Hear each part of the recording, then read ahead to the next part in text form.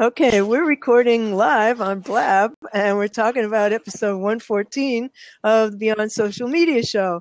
And so our main story on the worst events of the week in digital communications was this whole brouhaha that's going on right now on hi Kristen, hi Scott, on Twitter. And Twitter has announced that they are not going to have the share numbers on the buttons that appear on websites. They're going to change the design of those buttons, and they're no longer going to say how many times your blog post or your article or whatever was retweeted.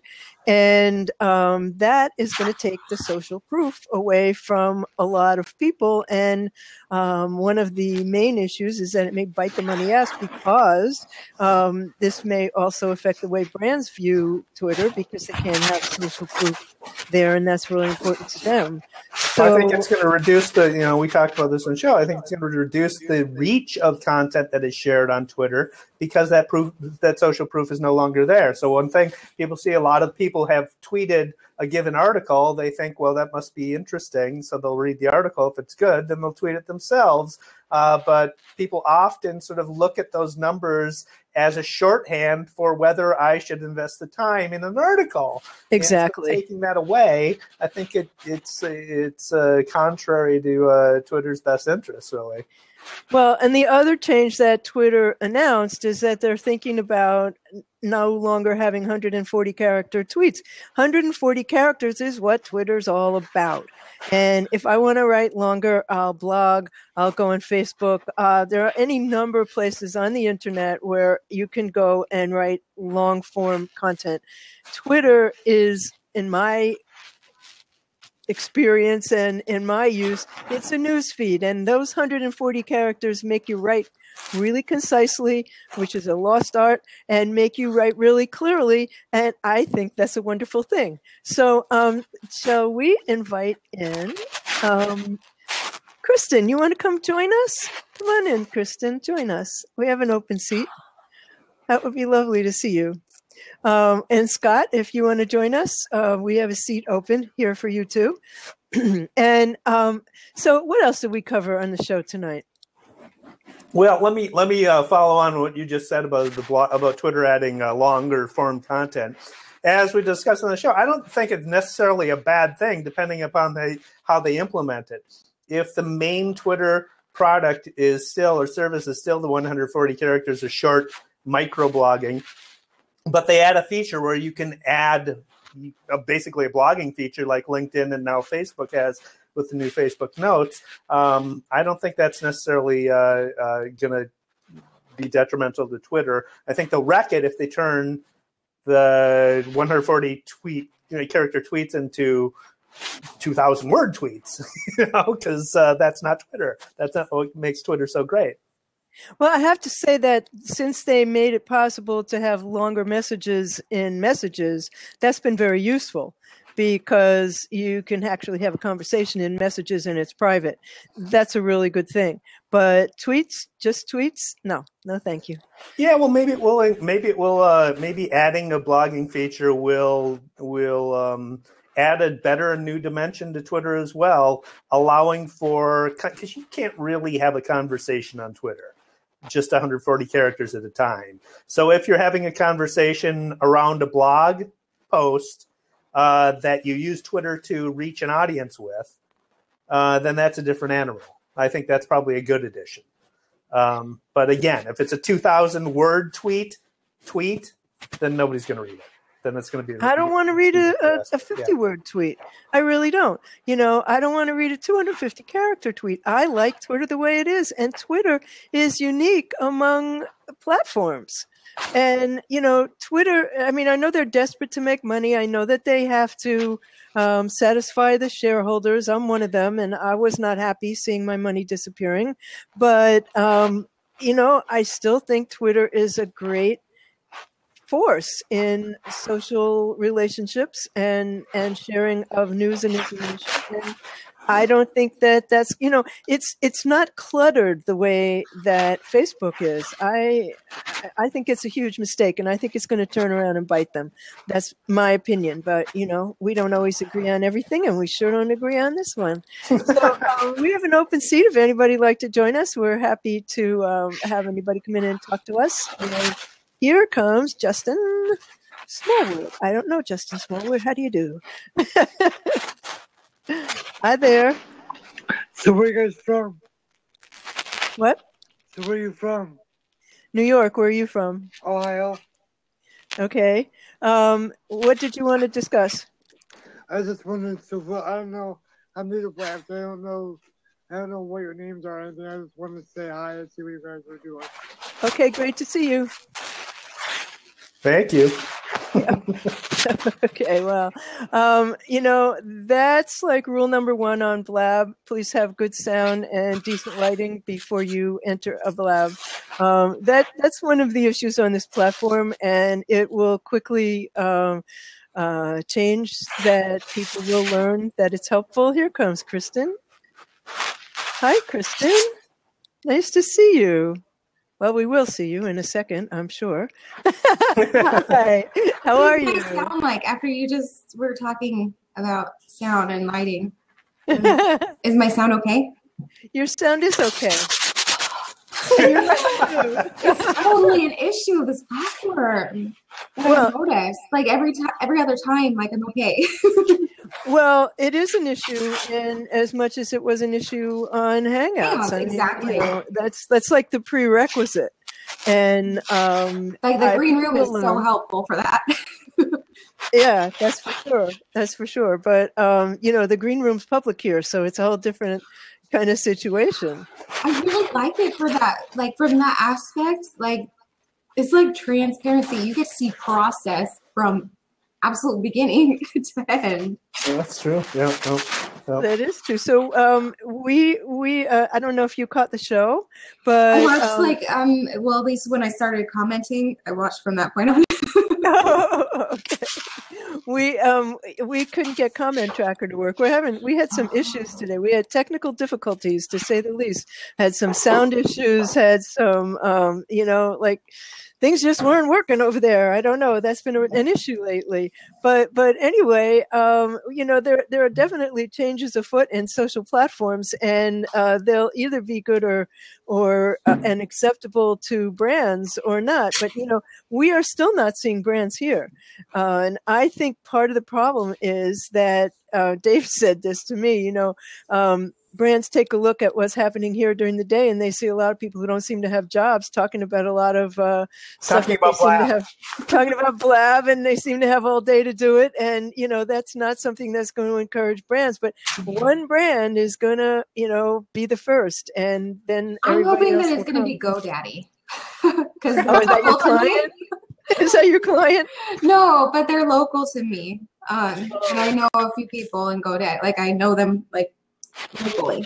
Well, usually is consumer brands that jump into this first, that take the chances on it first, because they're most likely to experiment with this kind of stuff. And I think there's if you're launching something like this, if you're a Blab and you're launching a new platform like this, you really got to be cognizant of what it looks like to those people who are going to be spending money with you eventually down the road.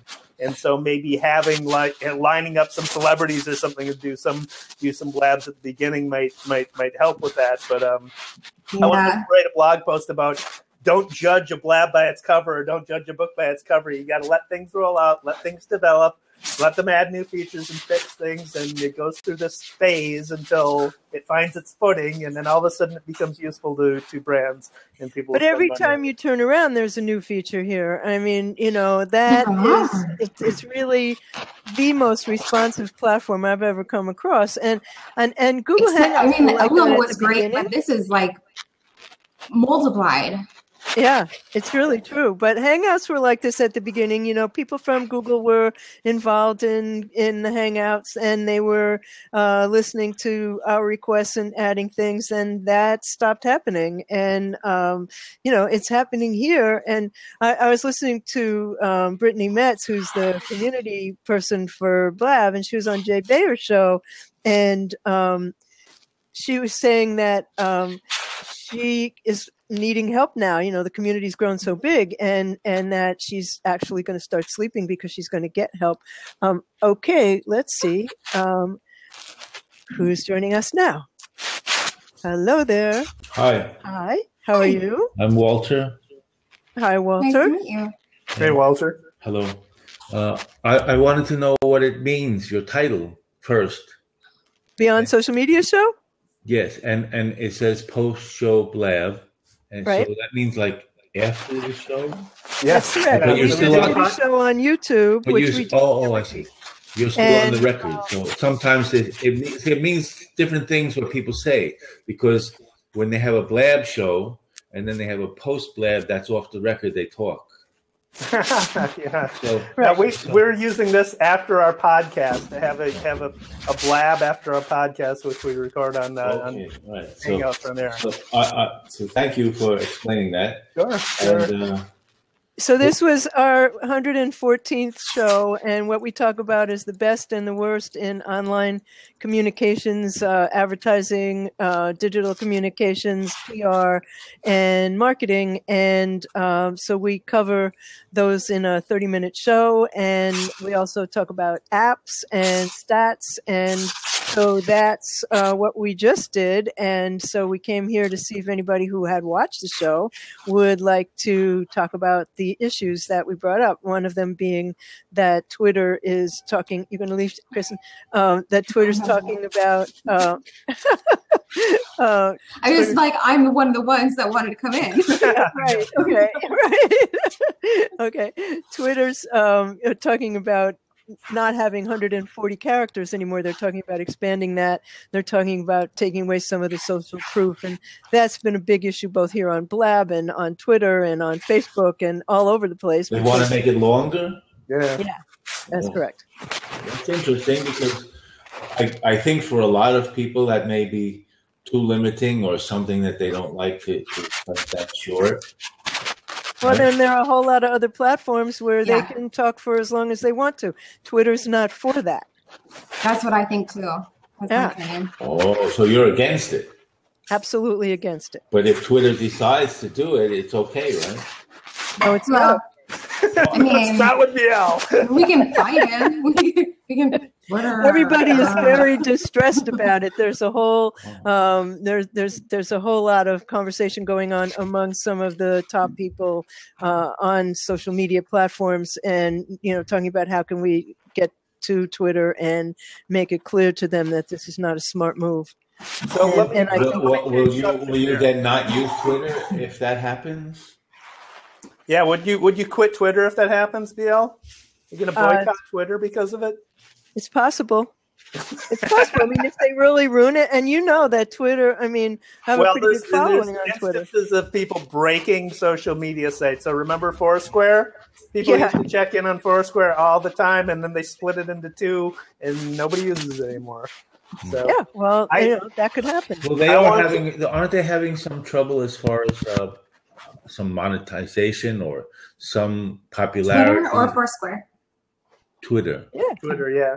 So Growing user growth. That's right. So they're getting a lot of pressure from investors to grow, to get more users because the monetization aspect. Of So that. I would imagine that the steps that they're taking, whether you like it or not, and you want to quit or not because of it, are to at least test out that direction of comments or criticism that they must have gotten all along.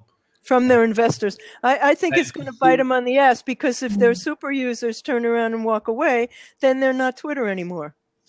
Okay. That's what Twitter's for. Is like for the 140 count. Like, I'm with you all the way on that. Like, it gives me a challenge. I enjoy the challenge, and there's certain things that you come to expect that it's okay if you're like just blasting things because it's real time. Whoever's there is going to catch it. If they don't, you don't have to get mad because you didn't see my Twitter post. What? Well, I mean, again, that's an issue like the issue of how you use Facebook and Twitter. You know, I use lists on Twitter so that I'm sure I don't miss information from people I really want to hear from. And, you know, I mean, if you just look at the stream, it's confusing to newbies, that's for sure. But anything worth learning, anything worth doing is worth learning. You know, I mean, it took time to learn how to do these broadcasts. It took time to learn how to use PowerPoint and Excel. You know, anything that has a lot of features is going to have a learning curve. What about the other direction, though? You don't like to go larger, but suppose they cut it shorter. There you go. Do what? Half. 70 character tweets. 70 characters. Why are you laughing? Haiku tweets. This 100, whatever the characters are now, is just a random. 140. I gather you're not on Twitter. I have to be in order to be on Blab, but I don't use it that in that way. When I post, I'm an artist, so I'm not some professional media person. If I post on, I think it's Pinterest. Mm-hmm. Oh, I like Pinterest. Go up, then I think it posts on my Twitter. That's pretty much the extent of it. Yeah. So if Twitter gets more users that are not super users based on their moves that you don't like, BL, isn't that a smart move for Twitter? No. No, because it will dilute it. It will dilute it. It'll change it the way you don't want it to change. But if they accomplish their business goals and they get more users and satisfy investors and everything, then who cares what you think? Well, you know what? Kristen and I don't agree with you. I know. Now, Kristen, you had a question for me? Oh yeah. Do you you said that you use Twitter to post things from your Pinterest? Did I understand? No. When I post on Pinterest, it automatically posts on Twitter. Okay. Yeah. So and when I post on my Facebook fan page, it posts on Twitter. You just have that connected just through those two services. But that is not a useful post. I mean, that's you don't want to do that. Does it work for them? What? No, when you post from Facebook to Twitter, it's not the whole post. It's just sort of a FB and a link, and it's not really helping you.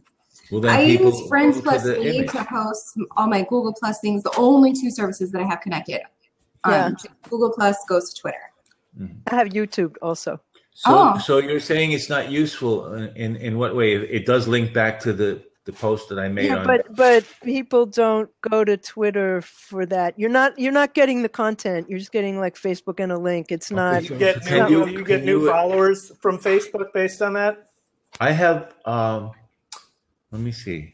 Can I just check for a second? I have I think it's 13,200 likes on my Facebook fan page for my art.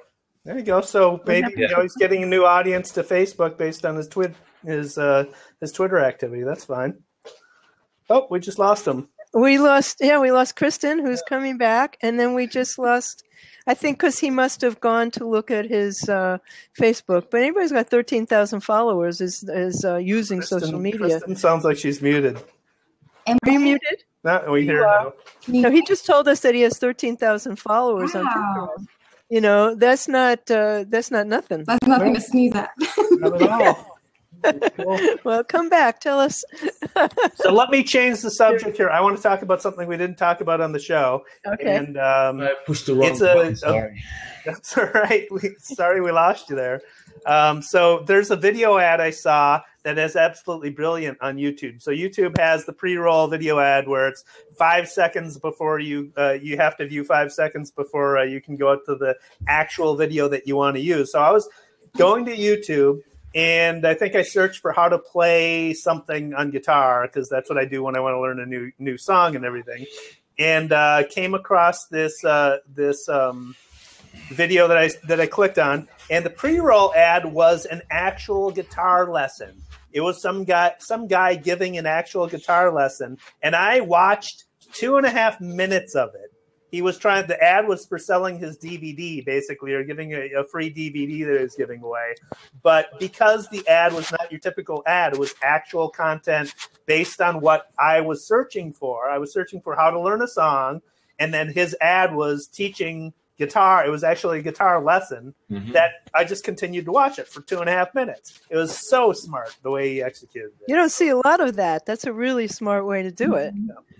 You know, so much of the advertising on YouTube is just completely unrelated. Like, why are you showing me this?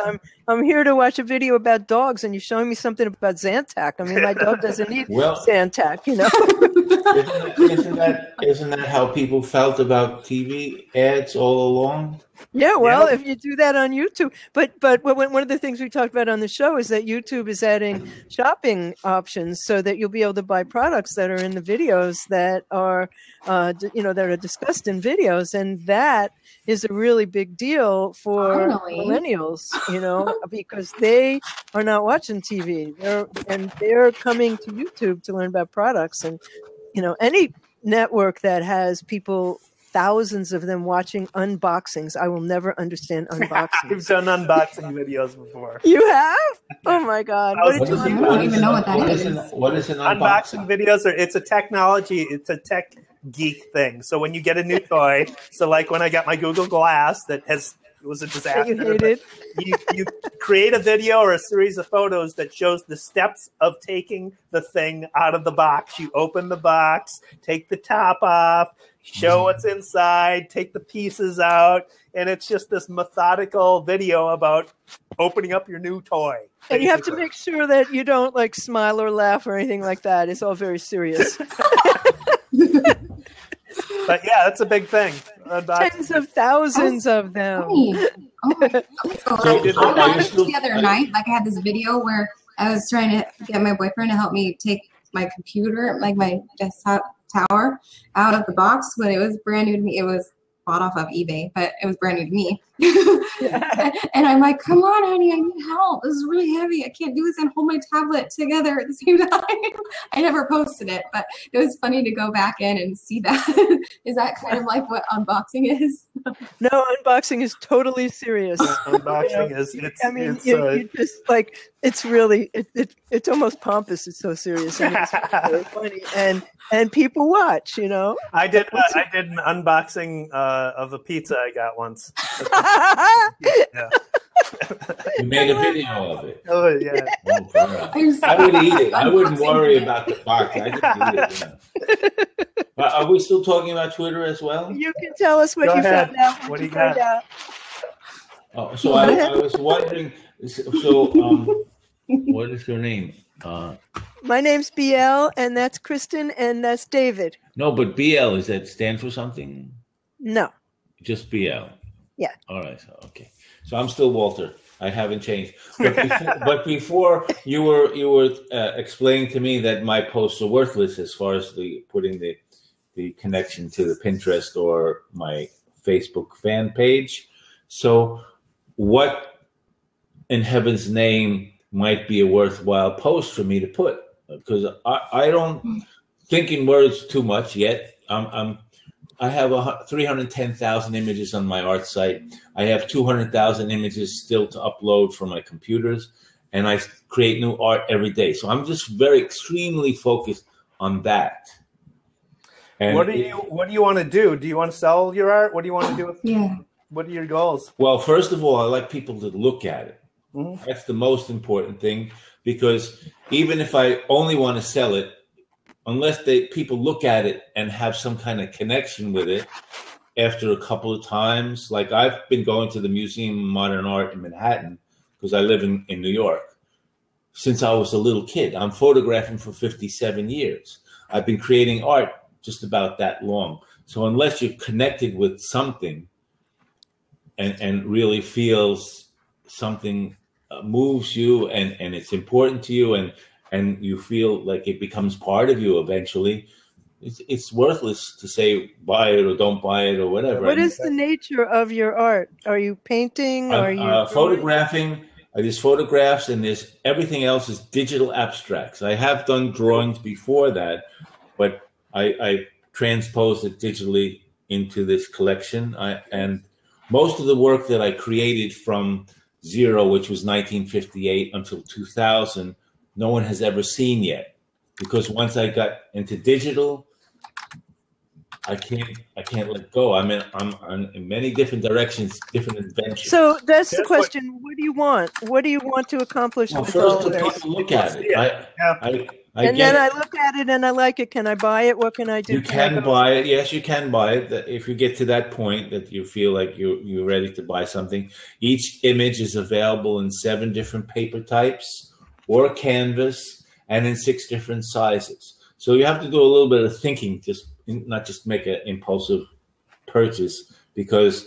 So you want to send people to look at more of it. So awareness, first of all, right? Yeah. So what I'd do is I'd upload examples of your work directly to Twitter, because then you get the full image on Twitter, and people will see the image, and they'll pay attention, because we mentioned the show. It's like 50% more effective if you have an image in your tweet. And then I'd also share artists that you like on Twitter. So if you have articles about art that you find interesting, share links to that. Other artists that you like. You're going a little bit too fast now, if you don't mind. Because you said the first thing, which is something I don't know that I am familiar with or know how to do. Yep. So how do I put an image on the Twitter? So on Twitter, create a tweet, and there's a little icon for a camera. Click on that icon, and it'll allow you to upload an image directly to Twitter. Twitter has tons of instructions on their site on how to tweet, and just Google how to tweet, how to add images to tweets. I mean, it's pretty simple stuff. You can find instructions in 100 different places. There's a rule of thumb. I'm sorry. But the other thing is, now let's say I put the image. Can I put a link to the image in my galleries? Yeah, sure. That's what Twitter's for. Yep. Links. And I'd also look for artists that you like. I got that. Search I have on Facebook handles. Follow them. Right. I have on Facebook a whole number of different pages for different subjects. I have business, thinkers, music, art, marketing. And I made Facebook fan pages for each one of those categories. And I'll put up, like in the art, I'll put up links to other artists' galleries, articles about art, anything to do with art or music. I do the same thing. So, well, you're talking to several people here who all do consulting. And if you want to do a consult with any of us, just get in touch with us and we can talk to you about how to maximize your impact on Twitter. So I'm going to close this seat and see if somebody else wants to come in. And it's a pleasure to meet you, Walter. I live in New York, too. Joel Carlson says, showcase art, make a Vine to show a few. Yeah, make a Vine of some of making use of some of the live video. And I was thinking too, like process, like in this DIY state that we're all in, like everyone wants to be able to make something. I think that would be something that would really grab someone and just like pull them in, watching process. How do you make it? Yeah, I see a lot of artists do time-lapse videos of them creating a work of art too. That's pretty cool. I love seeing those, But I mean, you have to look at the classic example of an artist on social media was Hugh MacLeod, Gaping Void. And at the beginning, Hugh gave away his cartoons and said, use them in any presentation that you do, use them any way that you want, just link to me.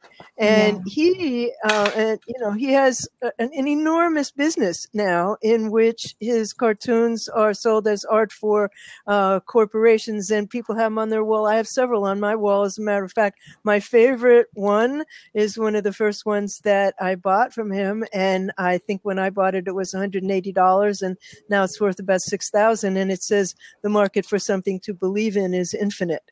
And I have that on my wall. I love that. And, he has all these like just really unbelievably incredibly smart things that he said. My other favorite is two goldfish, and one goldfish is saying to the other, "Are you the next Google?" And the second goldfish says, "No, I'm a goldfish. I have them on my wall."